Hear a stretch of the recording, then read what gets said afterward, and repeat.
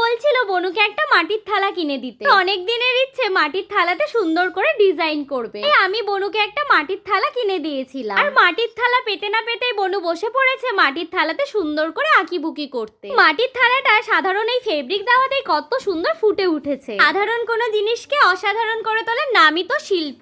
বনুর একবার বলাতে আমি বনুকে নির্দ্বিধায় এই মাটির থালাটা কিনে দিয়েছিলাম। বনু এই প্রথমবার মাটির থালাতে কোনো কিছু করছে। অনেক দিনেরই ইচ্ছে মাটির থালাতে সুন্দর করে ডিজাইন করবে। বনুর প্রতি আমার দৃঢ় বিশ্বাস বনু এই সাধারণ জিনিসটাকে অসাধারণ করে তুলবে। আমি আমার বনুকে নিয়ে গর্ব করি এর একটাই কারণ যে আমার বনু কখনোই আঁকা শেখেনি। এই কারণে আমি বা আমরা আমার বনুকে নিয়ে এতটাই গর্ব করি। এর আগের ভিডিও থেকে জিনিয়া বলেছে ওর নামটা নিতে। হাই জিনিয়া। এরপর রাখি বলেছে দিদি আমি বাংলাদেশ থেকে দেখছি, তুমি আমার নামটা নিও, আমি তোমার সব ভিডিও দেখি, তোমাকে অনেক ভালোবাসি। থ্যাংক ইউ রাখি। চলো আবার ভিডিওতে ফিরে আসা যাক। মাটির থালাতে বনুর নিজের ইচ্ছা মতো ডিজাইন করেছে। এই প্রথমবার বনু মাটির থালায় ডিজাইন করলো। এটা ছিল মাটির থালা ডিজাইনের ফাইনাল লুক। তোমরা জানিও এই থালা ডিজাইনটা তোমাদের কেমন লেগেছে।